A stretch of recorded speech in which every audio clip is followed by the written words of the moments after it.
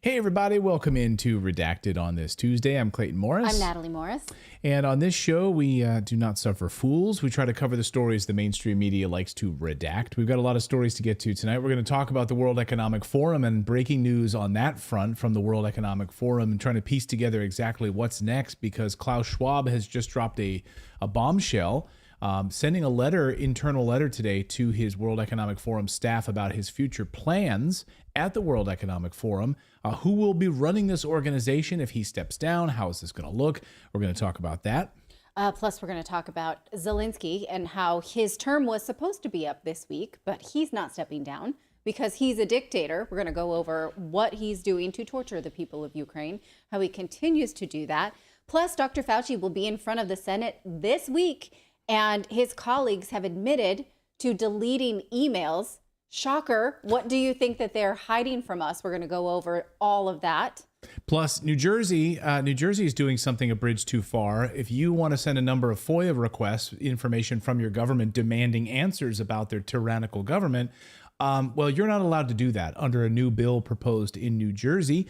And one grandmother is sort of at the center of all of this. We'll talk about all of that, plus so much more on tonight's show. So welcome into Redacted. Let us know where you're joining us from around the world. We are live. Good to see all of you guys. Ramco Borasato. Am I saying that right? Hello. Lisa Marie saying, yeah, Nicole Schwab, very, very likely. But there's going to be pieces of Nicole Schwab running things, which we'll get to in a minute. But yeah. Yeah. I just noticed I got a new glasses prescription and I was wondering which of my glasses I had not when did you put get the new prescription in, and I put these in and I was like, these are the ones. These haven't been updated. Well, I don't understand because you've been wearing you'll just like grab my glasses to put them on. Sometimes I do that. And I'm like, we have totally different prescriptions. But we both have a weaker left eye. So I'm like, it works. We both have like a weird pirate eye. Yeah. Like a left eye. Well, anyway. We're weak in the left. I can't read the chat all that well tonight. I apologize. But when did how do I know everything about you? When did you get a new prescription? Today? No, like a couple months ago, but I only did it for 2 out of 3 glasses. And then I was like, which one did I forget? And I haven't worn the red ones in a while. So I put them on just now for the show. And I'm like, hi, everybody. When I got my eyes checked, and then because my daughter kept insisting on it, so I went and got my eyes checked, and then because I just so seldom spend money on myself, I waited an entire year before I finally got around to getting glasses, and by then the prescription no longer applied. So I've got glasses that do very little for me. That's what these are tonight. So once a year you get a prescription, but then you don't fill it for another year, and then you need to get it because it just keeps happening over and over again. Yeah. You will excuse me if I'm a little slow. All right, Blinky. All right, let's see if you can read the news now. Let's get into some news you might have missed overnight and what's been happening this afternoon. We'll get you up to speed on Klaus Schwab. So let's start there. Schwab announced his intentions. There he is, the world leader. There's Dr. Evil. I love it. Like, what the hell? Like, this is what a strange choice. I know. There's got to be an explanation that we don't know. When you go into your wardrobe, if you're an evil world leader who wants to take over the world like Dr. Evil, you go into your closet and you probably have like 20 of those in different colors. That's the outfit. This is the one. So Schwab announced his intentions to step down as the executive chairman of the World Economic Forum. He sent an email out to one of his staff members today, and then one of them leaked it to the media. Now, before you get all excited, how he's handing over power, he's handing it over to his family, as we covered here a few months ago on the show, who've already said they will not allow outsiders to gain control of the company. So they're keeping it in the family. And of course, this follows on the heels of that widespread rumor a few months ago, you'll remember, when everyone was like, is he dead? And then the World Economic Forum had to come out, according to the Associated Press. No, he's very much alive. But that raised all sorts of questions, like who is going to ascend? You know, who will be the secessionist? Who will be the how old successor? Successor, 86. He's 86 years old. So yeah, who's the successor now? And Nicole Schwab is apparently going to be taking over most of the executive duties, but then it'll be sort of handed off to family members. Of course, Nicole Schwab, if you're wondering, hey, is she going to continue the Great Reset that Klaus put in place? Well, she's already answered that. this crisis has shown us that, first of all, things can shift very rapidly when we put our minds to it and when we feel the immediate emergency to our livelihoods. And second, that clearly the system, I mean, you mentioned it earlier, that we had before is not sustainable. So I see it as a tremendous opportunity to really to have this great reset and to use this huge flows, of money, to use the increased levers that policymakers have today in a way that was not possible before, to create a change that is not incremental. Yeah, so really fast, great reset, all of the buzzwords of Klaus. Right, so, we're not supposed to use those words. Yeah. So those words make people uncomfortable. So this is not a monarchy. So the Schwab family will regain control. It's too powerful to turn over to other board trustees, as they've already laid out. So, yeah. All right, well, back to Boeing. Another Boeing plane plunging out of the sky. This time we do actually have a death to report. This one fell a stunning 6,000 feet in minutes on its way from London to Singapore. In total, 30 people were injured, plus a 73-year-old British man was killed. He was on a dream holiday trip with his wife when he had a heart attack as the plane fell. Here is one of the moments caught on camera by somebody.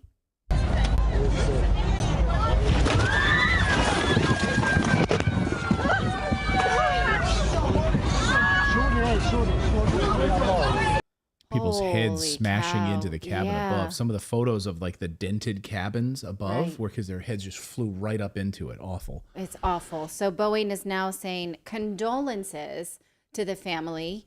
If you're a lawyer for Boeing, you don't say you're sorry. No. You can't say that because that's taking responsibility. So they'll say condolences to the family of the killed passenger, saying their thoughts are with. I'm sure that's so helpful that Boeing is thinking of them in that moment. Yeah. They said some people hit their heads on the cabins overhead and it dented. It was so bad. Some people went straight through them. Oh.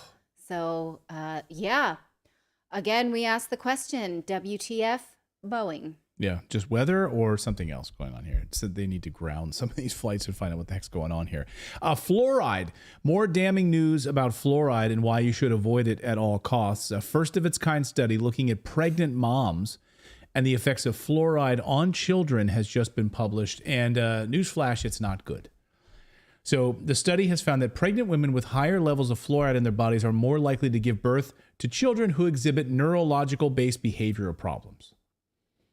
According to the study, prenatal fluoride exposure may increase the risk of neurobehavioral problems among children living in optimally fluoridated areas in the United States. Optimally, quoting now, optimally fluoridated areas in the United States. Do you live in an optimally fluoridated area? So by association, then, if I'm using transitive property, then neurological problems are optimal?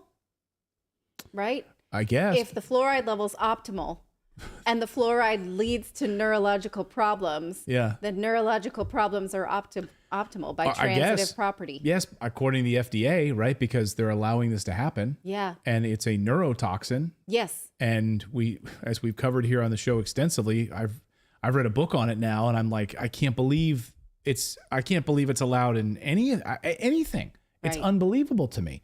The data indicates that at certain fluoride levels, the risk of mothers having children with clinically significant behavioral issues is essentially doubled.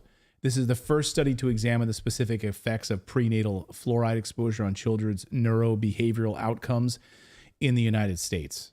Unbelievable. So, and that's frightening that this is the first study. How long have they been putting it in water? And they just now got around to it? 40 years? I think it's 1950s or late 50s. Then way more than that. Longer than that. So this is the first study. Is that the speed of science that they tell us about? Fauci must be in charge of that. So incidentally, I went to the dentist today for my checkup, my regular checkup. Yeah. And I told her, I'm like, I don't want any fluoride treatment. And she was like, yeah, all right. I have customers who say that. That's fine. And she's like, so she didn't push back. She goes, what I say to people who ask is that fluoride is like bananas. Too many is not a good thing. And I was like, okay. Maybe you want to leave it right there. It's like maybe you want to change up your saying a little bit there. It's like bananas having too much. So having too much potassium is a bad thing. No, it's a minimal amount of it is a neurotoxin. So it's not the same thing. If I eat a banana, I have one banana. I'm not going to have problems. I mean, okay. But yeah, it's a false equivalency. Go ahead, David. I still relate it to, like, as a kid, like the traumatic torture scenario of when they would make you, they use the bubble gum fluoride and you'd have to bite down on that thing and sit there and just like gag and choke while you had that thing, like the little vacuum in your mouth for, I don't know, it seemed like forever every time they did it. But I still, like, anytime I think of the dentist, that's all I think about is like just how awful that experience was. I remember in New Jersey growing up, you know, I had to go to my nursery school, my kindergarten or whatever. They would give you the little white cup in the back of the room when you got to class that morning, and it had a little pink pill in it, the little fluoride pill. That's wild. Yeah.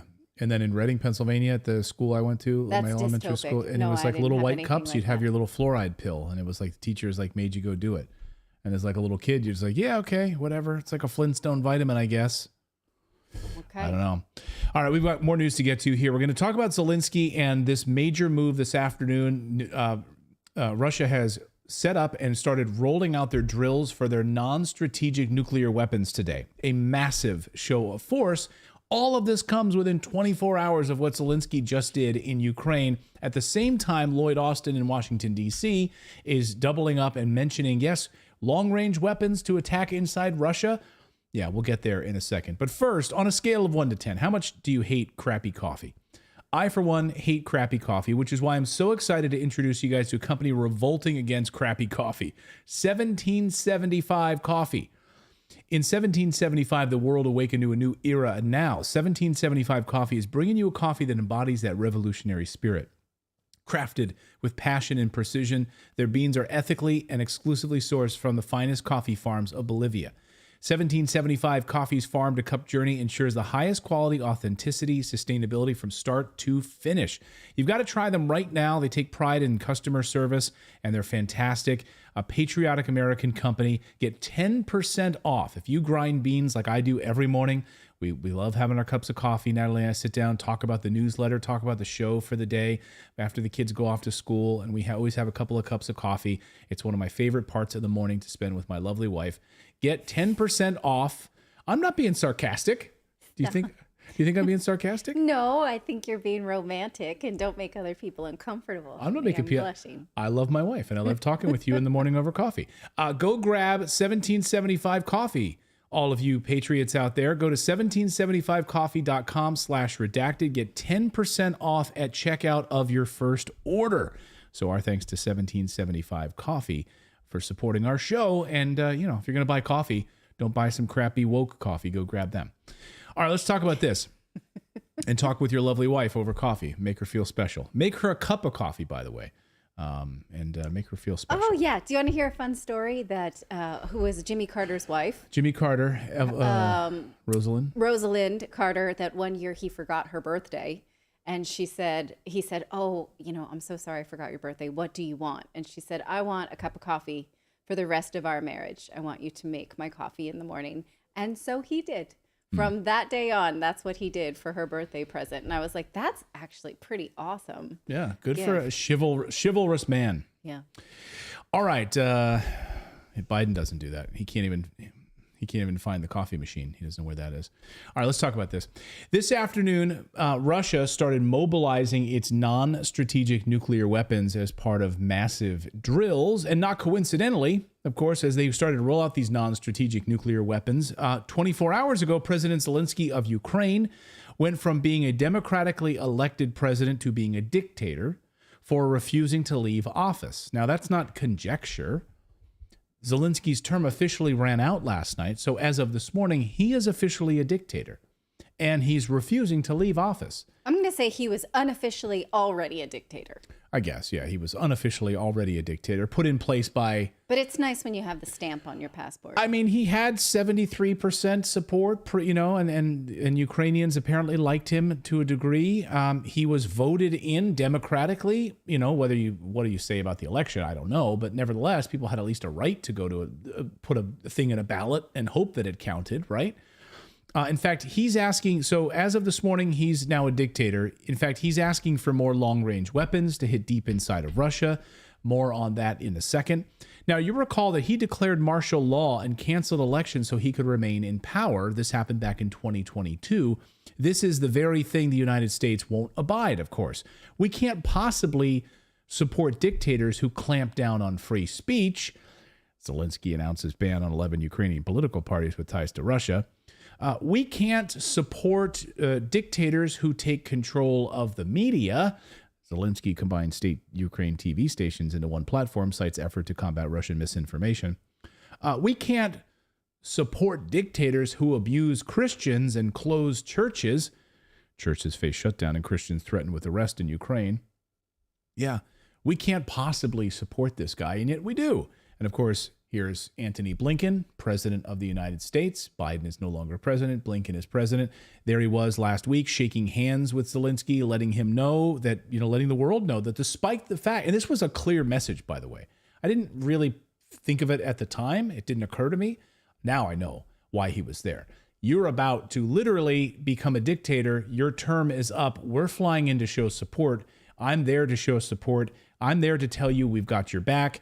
We'll continue to send you money and weapons so your young people can die. That's what he said. As I told President Zelensky, the U.S. has been by Ukraine's side from day one, and we will stay by your side. But why? Why did Zelensky cancel elections in the first place? After all, Abraham Lincoln held elections during the height of the Civil War in the United States. Ukrainian, and Franklin Roosevelt did as well during World War II.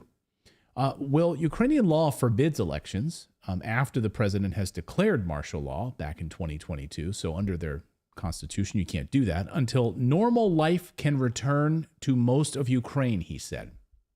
Those are Zelensky's words. So until normal life can return to Ukraine, I guess that's when he'll cede power. That's when he'll turn off the martial law button. I guess he goes into a room, there's like a big martial law lever. He's like, all right, no more martial law.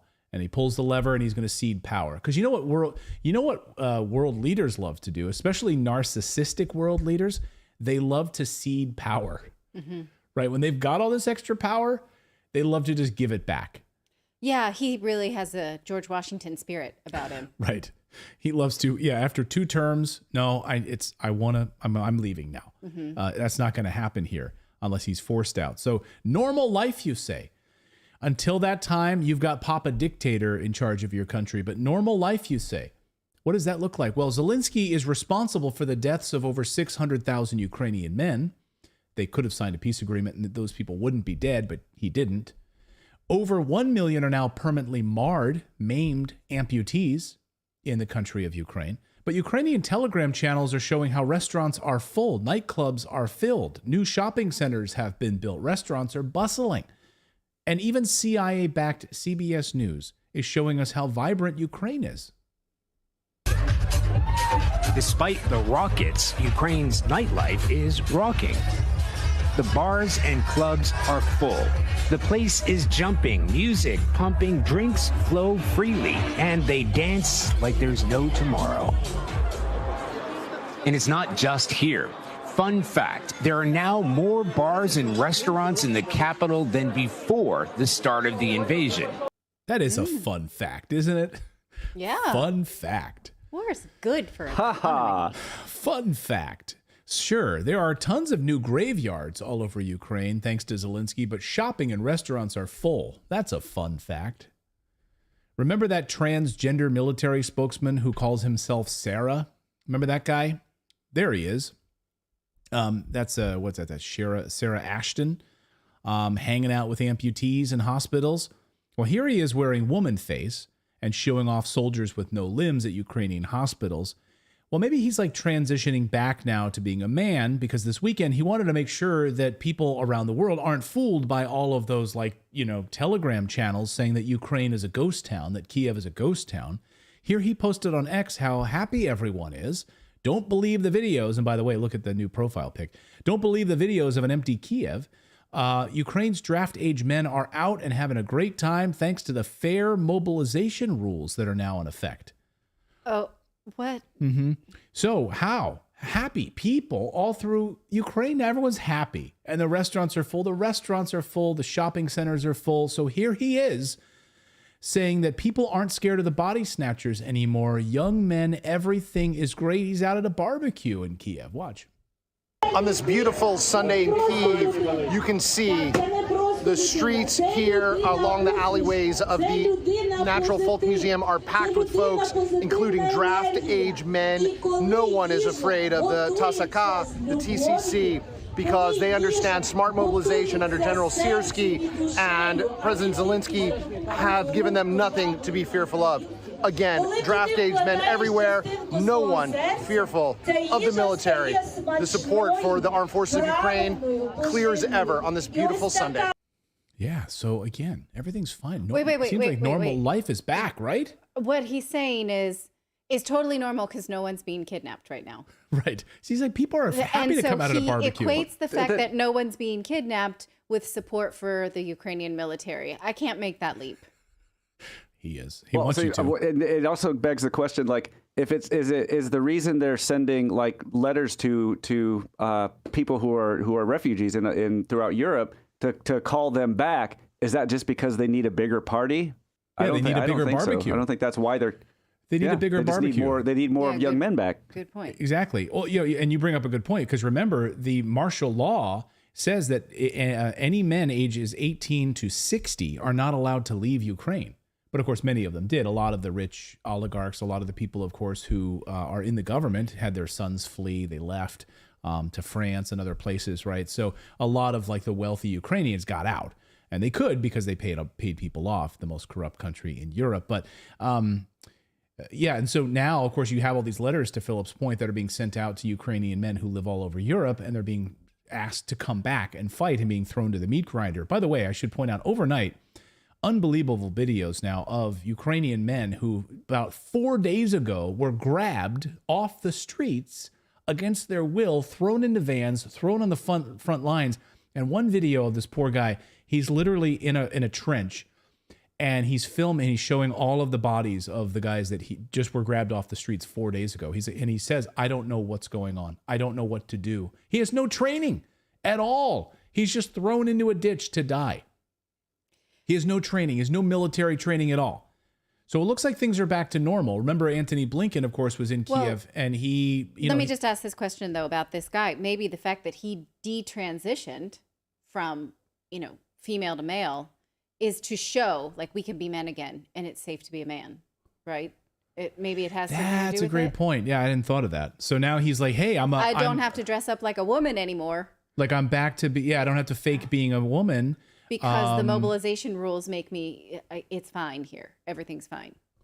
Yeah, I don't know. I mean, he's American, by the way. So I don't know. Who the can you figure this guy out? Anyway, so yeah, things are back to normal. I mean, all you need to do is look at Ukrainian nightlife, see Antony Blinken, who literally asked C-SPAN cameras to follow him to a nightclub so he could play Rockin' in the Free World last weekend, and on, taxpayer dollars, to film him playing at a nightclub. Like, this is how great and back to normal life is there.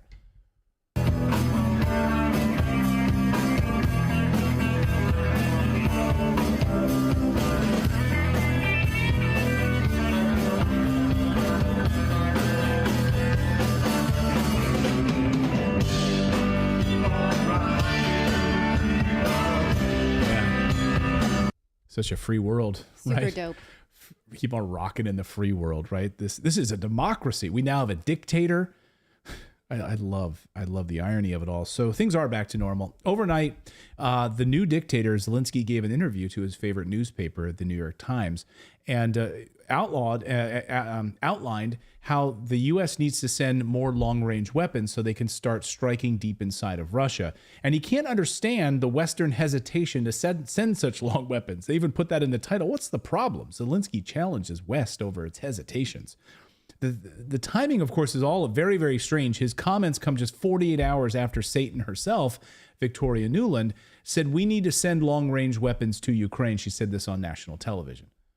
They need to be able to stop these Russian attacks that are coming from bases inside Russia. So I think there's also a question of whether we, the United States and our allies, ought to give them more help in hitting Russian bases, which heretofore we've not been willing to do. I think if the attacks are coming directly from over the line in Russia, that those bases ought to be fair game, whether they are where missiles are being launched from or where they are where troops are being supplied from. I think it's time for that because Russia has obviously escalated this war, including, as you said at the beginning, attacking Russia's second city, Kharkiv, which is not on the front lines, and trying to decimate it without ever having to put a boot on the ground. So I think it is time to give the Ukrainians more help hitting these bases inside Russia. One of the reasons that the administration has hesitated. Yeah. She's a demon. So Lloyd Austin was asked that very question. Go ahead. Oh, sorry. So she said, like, we're hit there. We got to give them long range weapons to hit these bases in Russia. And then she goes on to say, by hitting their second city. So she's advocating for bombing civilians from long range because the cities and bases are not the same thing. Yeah. Oh, yeah. Did I hear that All death correctly? is the same when you're a Death Eater. Doesn't matter. Yeah, it doesn't matter. She just wants to hit Russians. Doesn't matter if they're military targets or not. Hit civilians. Of course, that's what they've been doing for the last 11 years in the Donbass, right? That's been a genocide that's been carried out, and the Western media has totally ignored it, of course. She doesn't care. So Lloyd Austin was asked about whether or not we should start striking inside of Russia. You see all of these people talking about this now. Zelensky does a New York Times interview. The timing of it is about using long-range weapons to attack Russia. Victoria Nuland comes out on Sunday to say that we need to send long-range weapons. Lloyd Austin is given this primer, perfectly teed up question here by this guy from Scripps. I think he's from Scripps. I don't know. Who asked the very question about, we need to be attacking inside these bombers inside of Russia, right? Why aren't you doing this? Listen. The Russians, they're flying bombers in Russian territory with glide bombs that are having a devastating impact on the battlefield inside of Ukraine. Should the Ukrainians be able to use American air defenses to hit those Russian bombers in Russian territory? Well, again, you can diagram a number of different cases for, whatever. I would say that we have been clear about providing Ukraine the ability to defend its sovereign territory. And again, the dynamics of an aerial engagement, I'd leave it up to the experts, but certainly, our expectation is that they continue to use the weapons that we provided on targets inside of Ukraine. Now, the aerial dynamics a little bit different, and so, but again, don't want to speculate on any one or any type of engagement here at the podium. So. Yeah, so I won't exactly say, but yeah, that's exactly what we want, is to hit inside of Russia. We want to hit these bombers. We want to hit inside of Russia. So Russian President Putin, meanwhile, issued a... Go ahead. Oh, so shouldn't the Secretary of Defense be an expert? He's like, we leave that up to the experts. Don't you maybe shouldn't qualify as an expert on this? Aren't you the engagement? guy? I don't know. Yeah. Who should we ask? Yeah. If it's not you, should I ask Biden? Because he doesn't seem to know. But you were the Secretary of Defense. You're in charge of all of this, right? Anyway, Russian President Putin, meanwhile, knows all of this is going on, issued a statement that they will not be able to negotiate a peace agreement with an illegitimate government.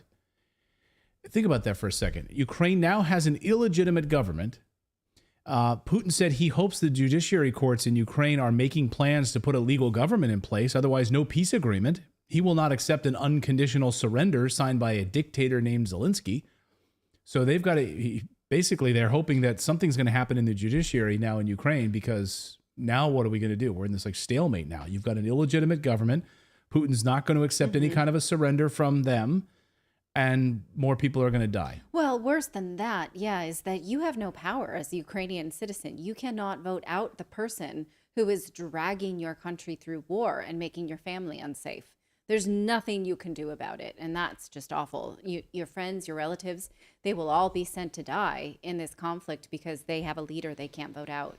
who will allow for peace. But you saw that guy at the barbecue. He's like, it's fine. You know, all the men who are all hiding in Europe right now who don't want to go to war, it's fine. You won't be conscripted, apparently. You can just go to barbecues in Kiev right now and have fun. I mean, some people are dying, but not us here.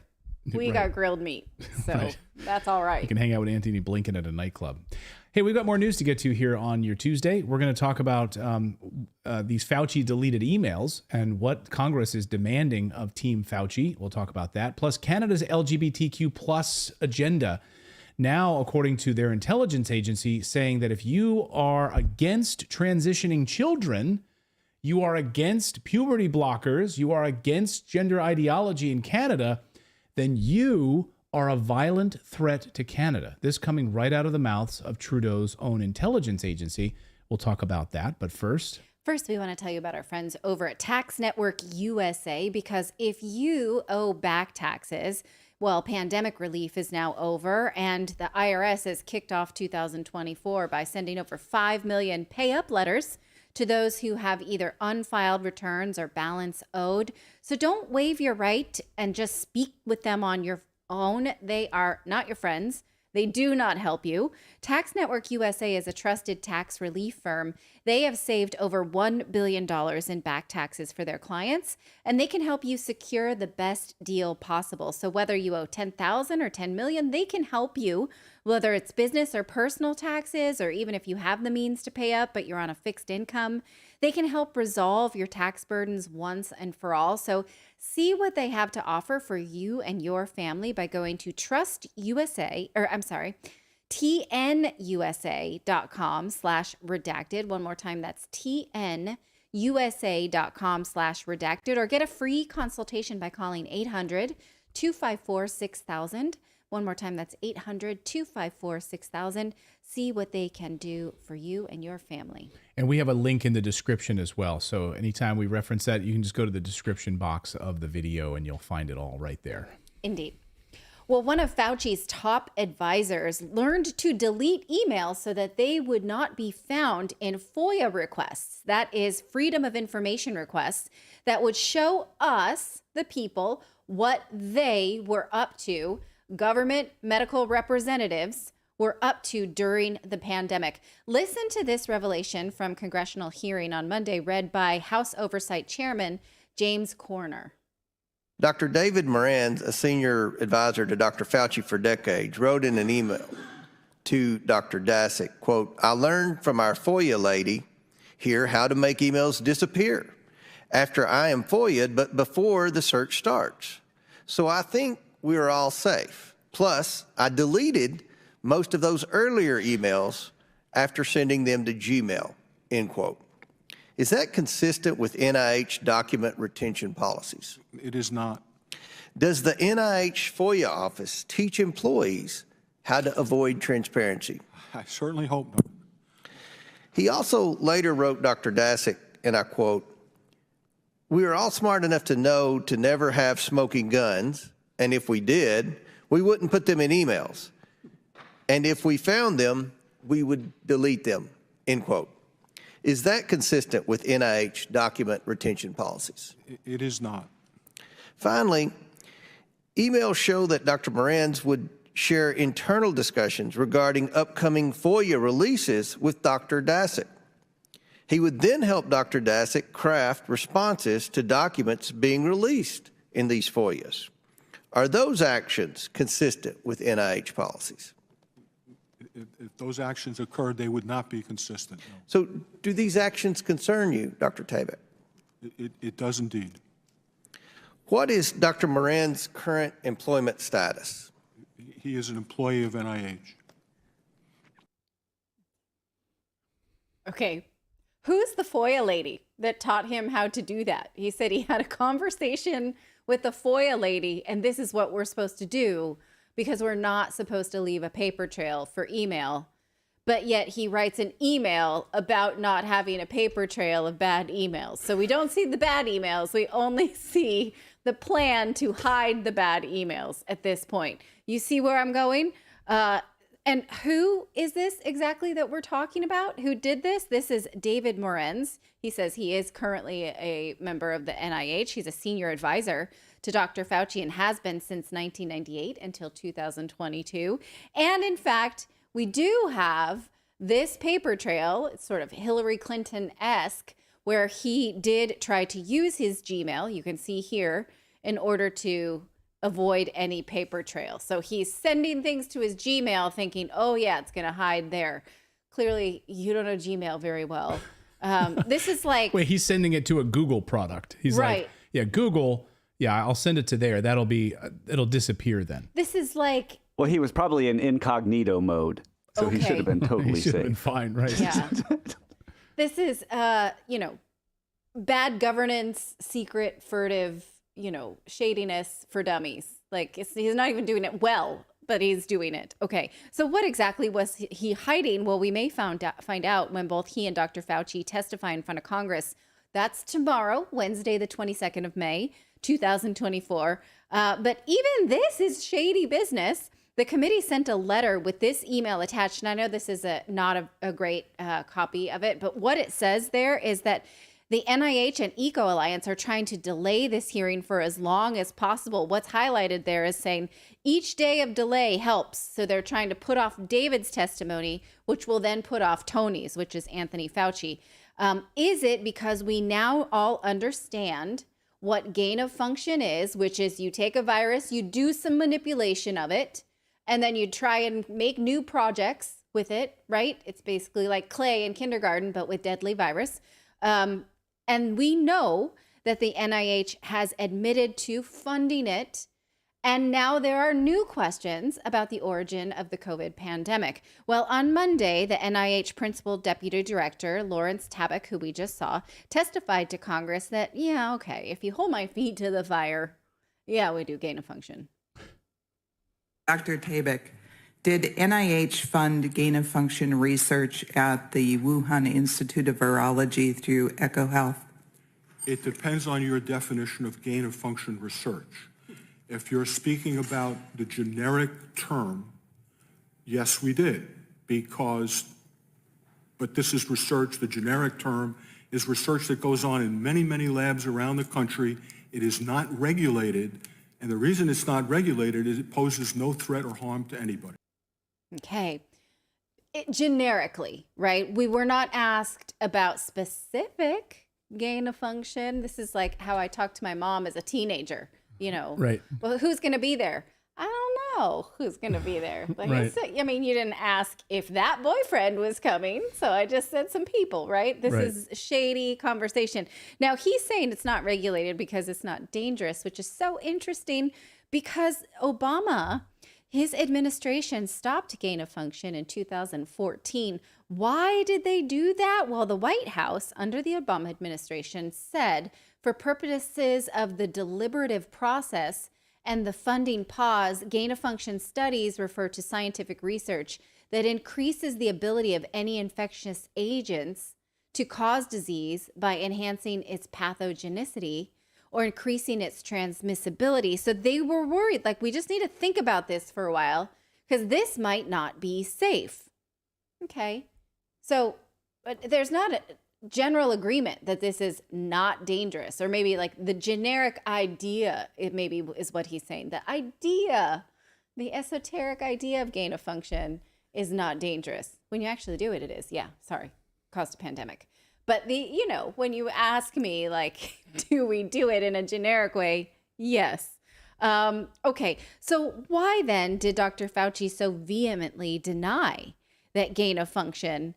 Let me back up. He actually then says that the NIH is not an investigative agency. So even if they could say that, yes, we had some gain of function, they couldn't really trace that to COVID because that's not their bag.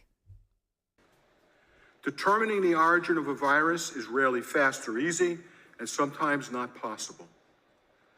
While NIH is not an investigative agency, we do support scientific research into the origins of SARS-CoV-2 and will continue to make this a priority. We are open to all possibilities and will follow where the science leads us. The body of publicly available scientific evidence thus far suggests a natural evolution and points to the theory that SARS-CoV-2 may have come from a wild animal market in Wuhan. Okay. Can I say something real quick? Yeah, Sorry, say or something. make your point, but No, you. Okay, I think so, you're gonna. We're so right there. when doing scientific research, there are notes that are being taken while they're doing research. These notes are like these research notes, lab notes are practically a legal document. They are like so safeguarded because that's what all of the information you're finding through your research, through your experimentation, it's all documented in lab notes. Nobody is doing scientific research without keeping lab notes. So when they say we don't know what was going on there, that would be them just ignoring the fact that somebody has notes on that. They know what was going on there. You can't be nobody's just running around in a VSL-4 lab doing research that nobody knows what they're doing. Yeah. It's not happening. So he's lying, is what you're saying. So you mean he's lying in front of Congress? Well, I mean, I don't have any direct evidence that he is, but I do know how labs work. Right. And I'm just saying there is documentation. Somebody knows. And if the National Institute of Health doesn't know, right. then who does? So he says, well, we're not an investigative body, which is so interesting because Fauci, during the pandemic and all of his congressional testimonies, so vehemently denied that there was any gain of function going on at the NIH. He was so sure that COVID did not come from a lab that he said so repeatedly. So if he's the head of the NIH and the NIH doesn't have the capacity to know that, how did he know that? Anybody? Right. And, I would hope that tomorrow, during his testimony, Senator Rand Paul gets a crack at him because remember the questions from his hearing in 2022 when Dr. Fauci arrogantly told Senator Paul that he did not know what he was talking about. And I'd like us together to watch that 3-minute exchange because it does not age well when you know now that they are admitting, yeah, we did that. And yeah, there is actually some research that COVID came from a lab. So what they have to argue now, so think about what he said now, is like, well, I didn't understand the question and we don't know that it was this virus and we just don't know. Like, how are you going to talk your way out of that now, 2 years later? Watch. Dr. Fauci, knowing that it is a crime to lie to Congress, do you wish to retract your statement of May 11th where you claimed that the NIH never funded gain-of-function research in Wuhan? Senator Paul, I have never lied before the Congress. Microphone. Your microphone. Senator Paul, I have never lied before the Congress, and I do not retract that statement. This paper that you were referring to was judged by qualified staff up and down the chain as not being gain of function. Let me finish. You take an animal virus and you increase its transmissibility to humans. Right. You're saying that's not gain of function? Yeah, that is correct. And Senator Paul, you do not know what you are talking about, quite frankly. And I want to say that officially. You do not know what you are talking about. Okay, you get one person. Let's read from the NIH definition of gain of function. This is your definition that you guys wrote. It says that scientific research that increases the transmissibility among mammals is gain of function. They took animal viruses that only occur in animals and they increased their transmissibility to humans. How you can say that is not gain of function? It is not. It's a dance, and you're dancing around this because you're trying to obscure responsibility for 4 million people dying around the world from a pandemic. And let's let Dr. Fauci. I have to, well, now you're getting into something. If the point that you are making is that the grant that was funded as a sub-award from EcoHealth to Wuhan created SARS-CoV-2. That's where you are getting. Let me finish. We don't know. Well, we don't wait know a minute. If it did come from the lab, but all the evidence is pointing that it came from the lab, and there will be responsibility for those who funded the lab, including yourself. I totally This committee will allow the witness to respond. I totally resent the lie that you are now propagating, Senator, because if you look at the viruses that were used in the experiments, that were given in the annual reports, that were published in the literature, It is molecularly impossible. No one's saying those viruses caused it. It no is one is alleging that molecularly. those viruses caused the pandemic. What we're alleging is that gain-of-function research was going on in that lab, and NIH funded it. That is you can't not. get away from it. It meets your definition, and you are obfuscating the truth. I'm not obfuscating the truth. Senator You are the Paul's one. time is expired, but I will allow the witness to. Let me just finish. I want everyone to understand that if you look at those viruses,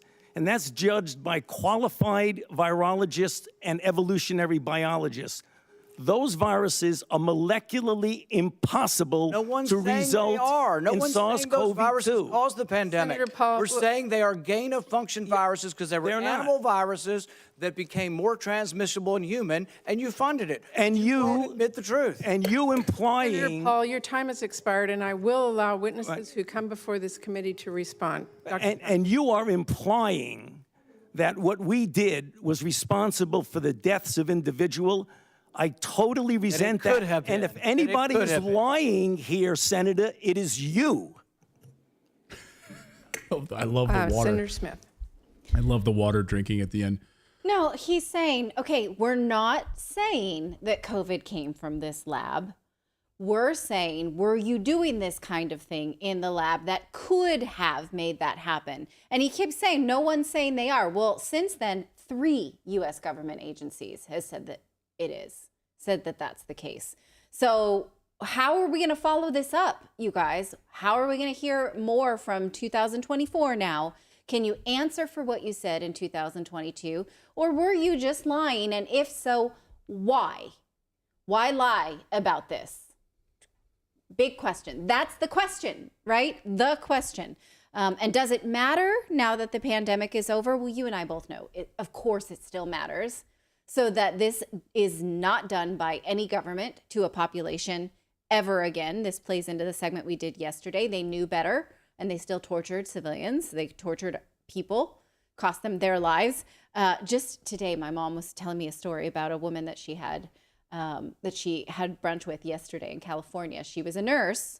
She took the COVID vaccine first because it was required of her and got blood clots up and down her legs and had to have early retirement. And they're denying her disability. And she's like, the profession I loved killed my career and I can't work anymore. And now she had to retire and she's disabled because of this. And so all of these lies. Okay, so yes, we still need to stay on this. Whether you find it boring or not, you don't. You're here. We're here for it. So thank you. Here is the schedule for the hearing tomorrow, who we're going to hear for, Dr. Morenz, Dr. Fauci, Dr. Fauci's senior advisor. Sorry. So, as nice as it may be to hear the truth, this won't matter because Congress cannot prosecute anyone. So that's the only thing that you're like, well, we'll hear it. They can refer somebody to the Justice Department, but they cannot actually prosecute. So we'll see what happens. We'll have coverage of it. We'll see how it goes tomorrow. We'll be right here with it. And I'm sorry, I misspoke. Dr. Morenz will testify tomorrow, and Fauci's testimony is upcoming after that, and that is clearly what they tried to delay. So we have to watch it. You guys, we got to watch it. And we will. All right, we got more news to get to here on your Tuesday. We're going to talk about Canada and why Justin Trudeau's Canada and the intelligence community in Canada is now saying that, hey, if you are against gender ideology and, the mutilation of children, that you are the biggest threat to Canada. You are a violent threat to Canada right now. We'll talk about that.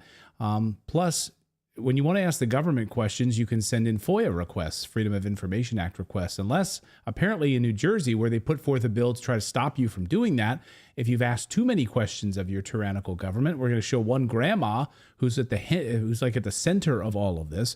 But first, we want to tell you about our friends over at AMRA. So they have a product that you might want to look into. If you are trying to have optimal gut health, you can improve your metabolism, your fitness, your hair, and your skin. Well, AMRA makes a supplement called Colostrum. It is the first proprietary concentrate of bovine colostrum that harnesses over 400 living bioactive nutrients and strengthens the barriers of your body and fuels cellular health for thousands of research-backed health benefits. So what it is said to do is strengthen your immunity, ignite metabolism, and fortify gut health, which activates hair growth and skin radiance. Of course, we know modern research tells us that most health starts with a healthy gut. So you can have better performance and recovery, all from this anti-aging benefit as well with Amra Colostrum.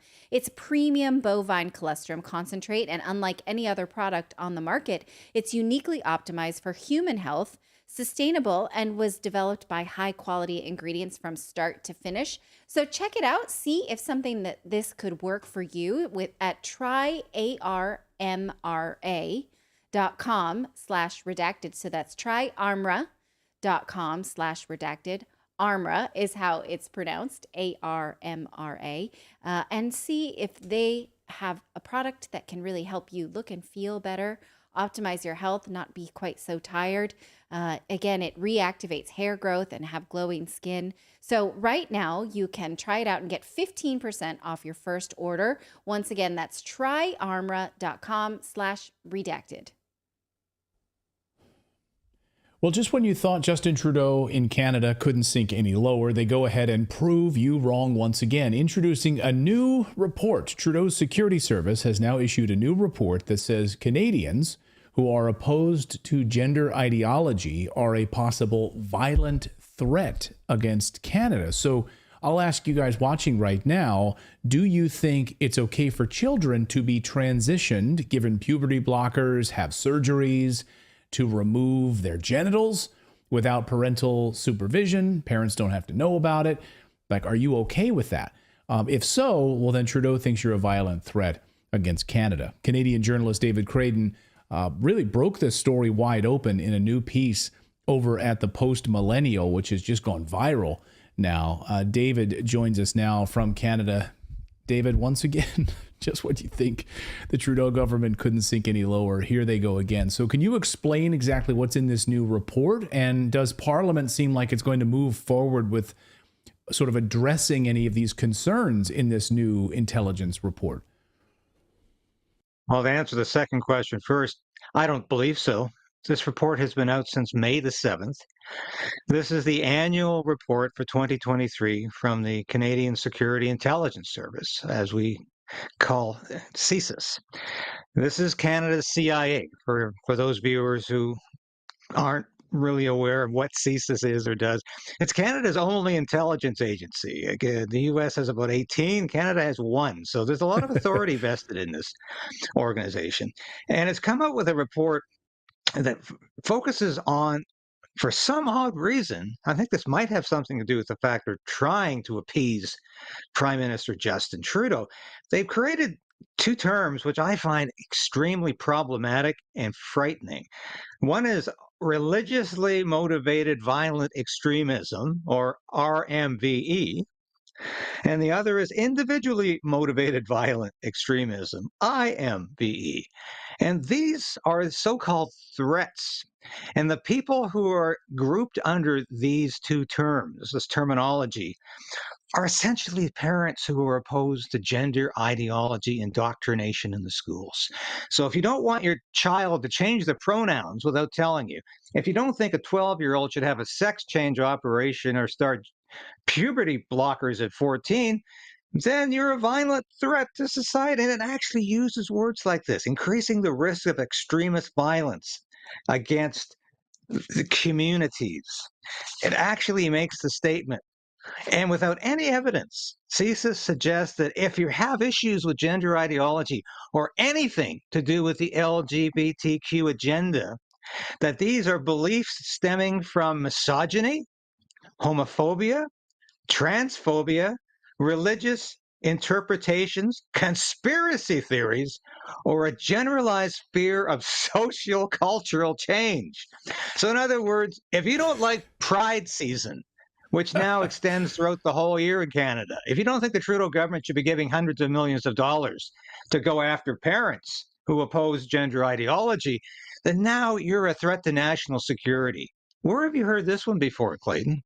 Well, yeah, straight out of the United States, of course, and also straight out of Canada's rule book as it relates to the trucker convoy, right? So They get all of these individuals lumped together in one large group. And so I guess I'm curious, you kind of touched on it a little bit here, but what evidence does CSIS have that a parent who opposes having their child's genitals cut off is somehow then going to what? Go postal? Is going to grab some sort of a large amount of firearms and is going to go and hurt other individuals? Like, what evidence do they have that that's actually occurring?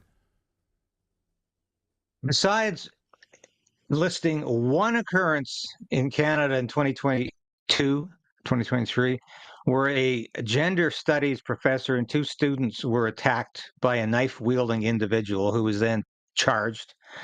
And that's the only evidence they have. And why did this incident have anything to do with homophobic ideas or transphobic ideas or religious notions or conspiracy theory? To answer it truthfully, Clayton, there's no evidence. They have one incident that they might be able to link to this religiously motivated violent extremism or individually motivated violent extremism. But there is no evidence presented for any of these categorical assumptions made in this report. This is no different than the FBI showing up at school boards in the United States and targeting parents who think critical race theory may be a bad idea as domestic terrorists. Now, if you don't want your child exposed to this kind of crap in kindergarten, now you're a potential domestic terrorist in Canada. And this is the same game plan. And I want to, before I forget, it's very coincidental, or is it, that this report is released 2 weeks before this terrorist alert from the State Department came out that you covered so well and redacted yesterday. 2 weeks before, CSIS comes out and says, hey, these people are domestic terrorists. Watch out. They're going to be doing things not only in Canada, but around the world. I think this is the Five Eyes again. This is the sharing of intelligence by Australia, New Zealand, Canada, the UK, and the United States.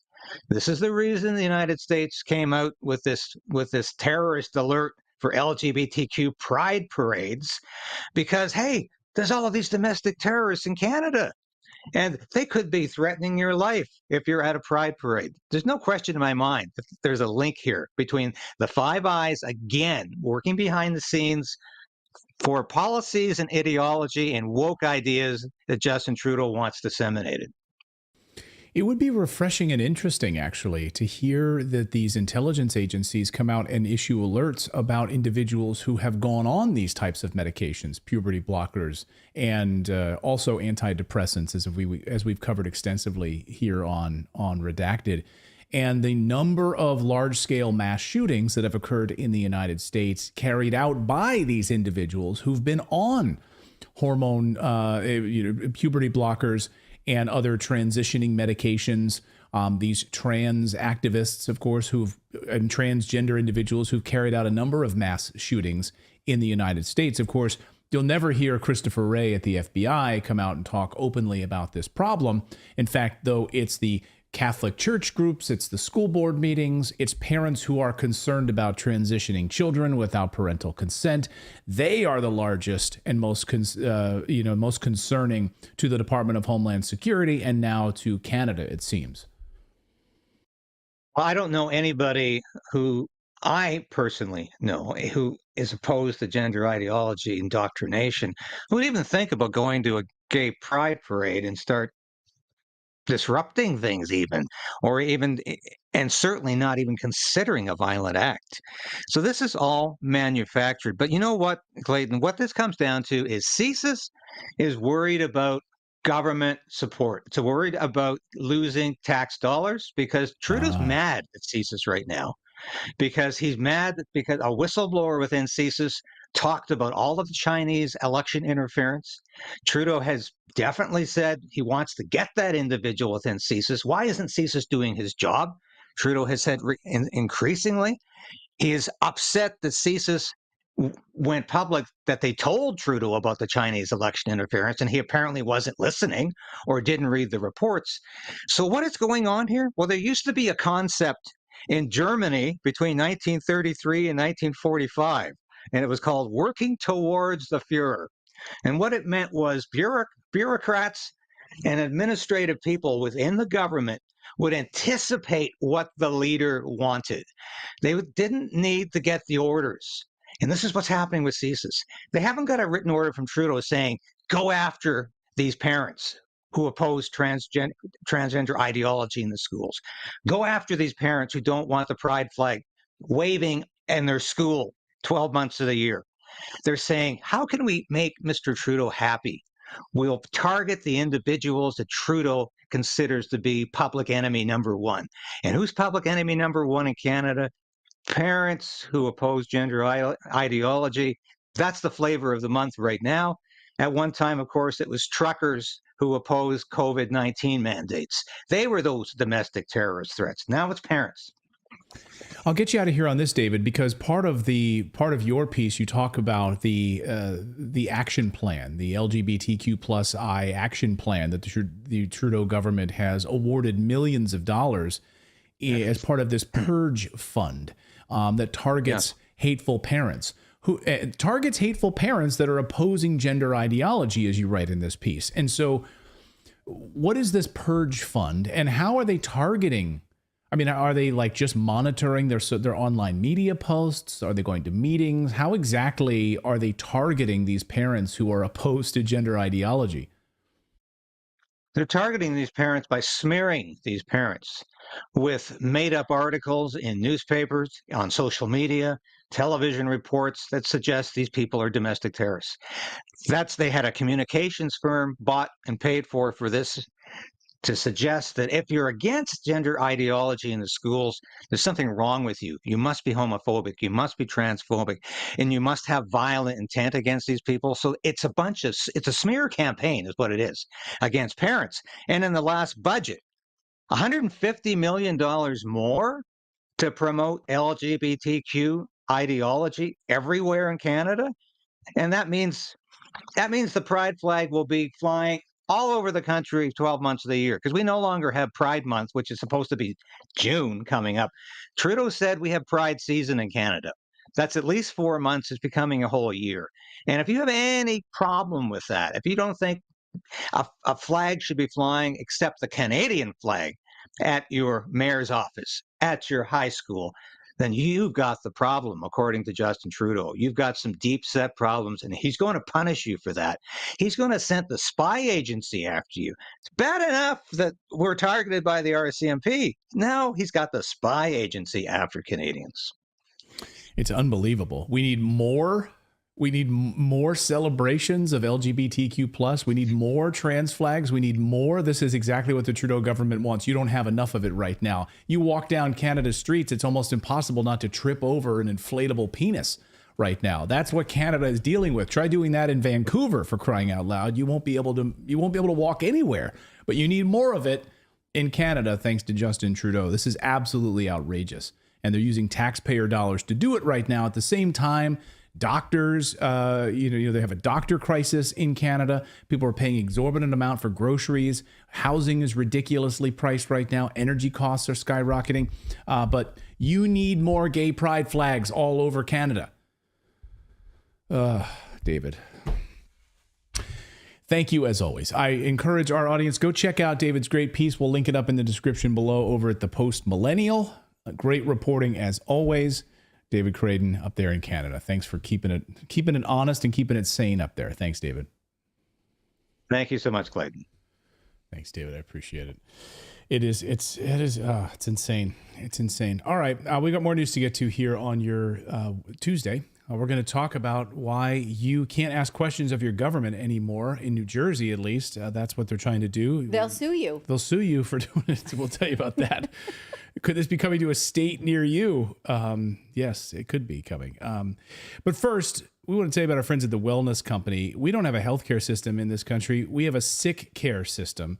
Pharmaceutical companies make billions, that's billions with a B, every single year off of sick Americans, which means Big Pharma needs you to be sick to be reliant on them. And just like Big Pharma, Big Government wants you to feel powerless, like they're in control and you need them to protect you. Yeah, no thanks. So where can we push back? How do we do it? Well, we can become self-reliant, take control back of our health with the wellness company Medical Emergency Kits, designed by elite doctor Dr. Peter McCullough and Dr. Drew Pinsky.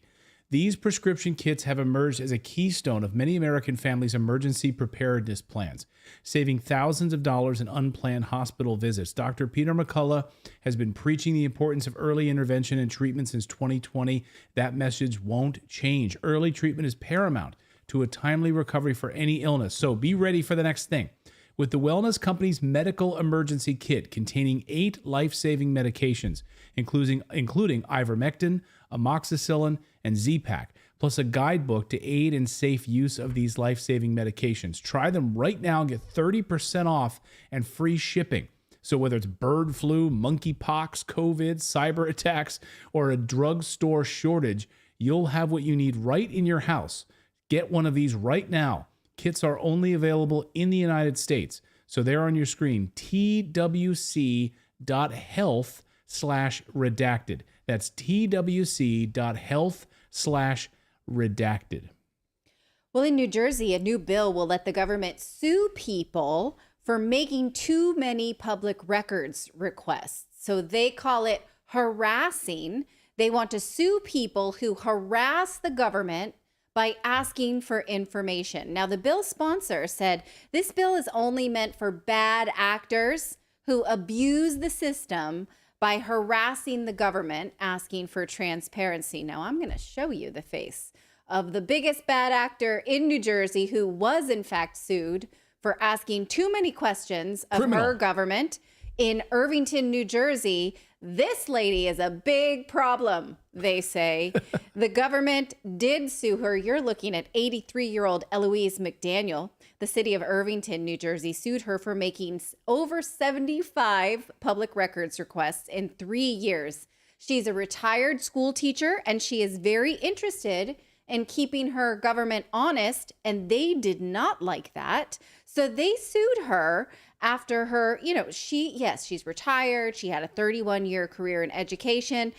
She was doing citizen journalism. Now, the mayor later said, well, I didn't actually ask to sue her. Maybe it was someone else. Who sued her? We don't really know. But she did, in fact, get sued because the city said that they were tired of responding to her, quote, voluminous OPRA requests that had been unduly burdensome, time-consuming, and expensive.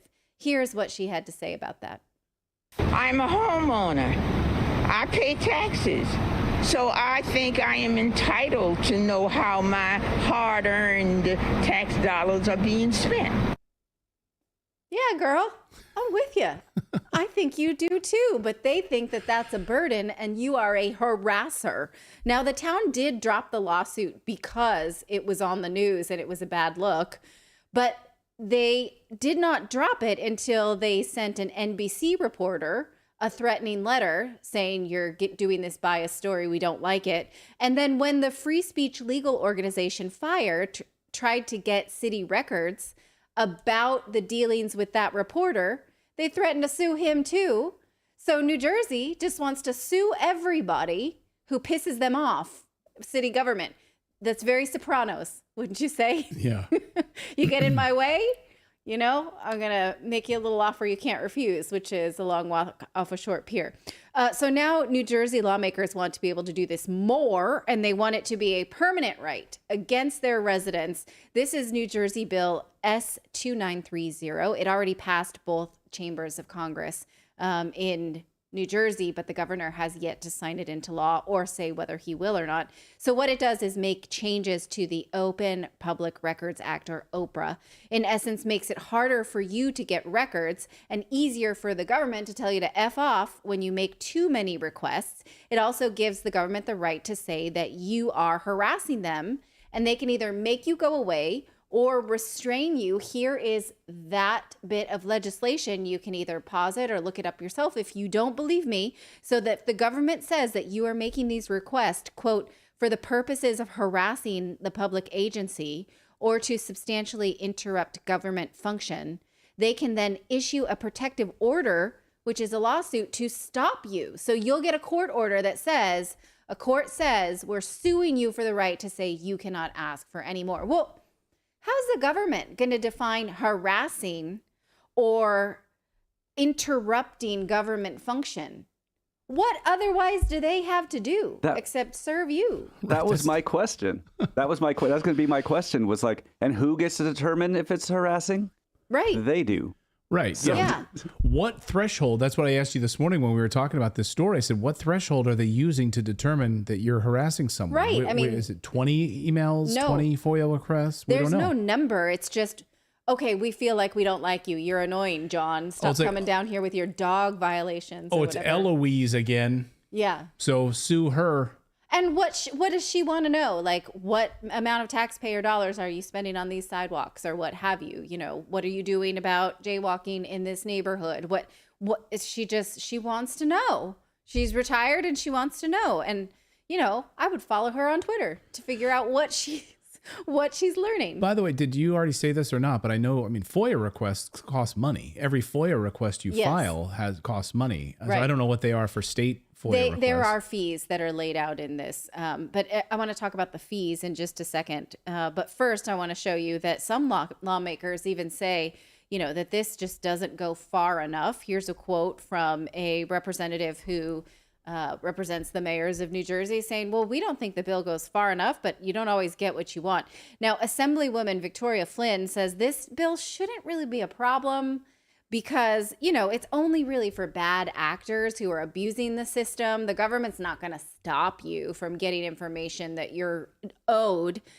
She says, I'm disheartened that we should be so dependent on someone to have to utilize the Open Records Act to get information that is about police departments and law enforcement that the internal affairs guidelines clearly state must be on websites. So she's saying we don't need to be filing records requests. We should just have the information. All the information you need is on the website. That's all you need to know. Go the heck away. That's what she's saying. Right.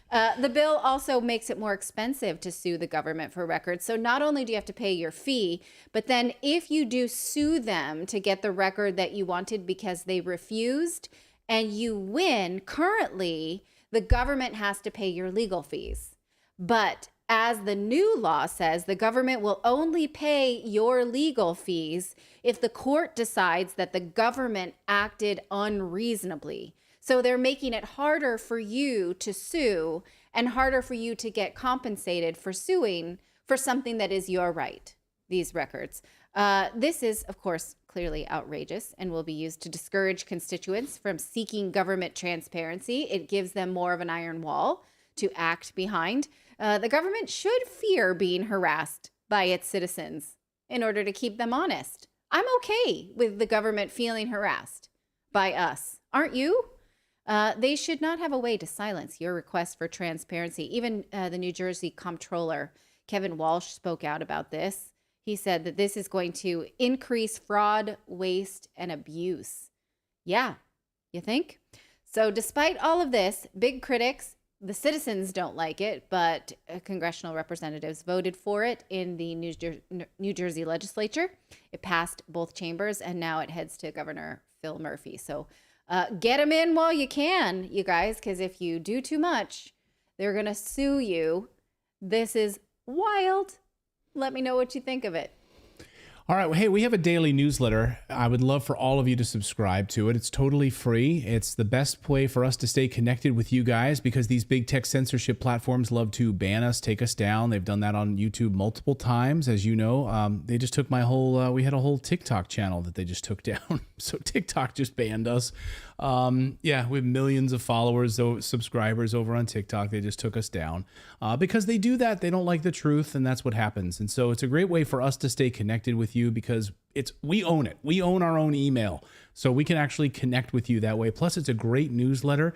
We publish it Monday through Thursday, and you get it delivered to your inbox first thing in the morning when you wake up. Or, you know, getting your coffee, whatever. You can read it in about 5 or 10 minutes over your cup of coffee in the morning, and you'll be more informed. We try to give you some market news, what's going on while you slept, things you might have missed, and, you know, like 4 or 5 kind of deep dive stories in there as well.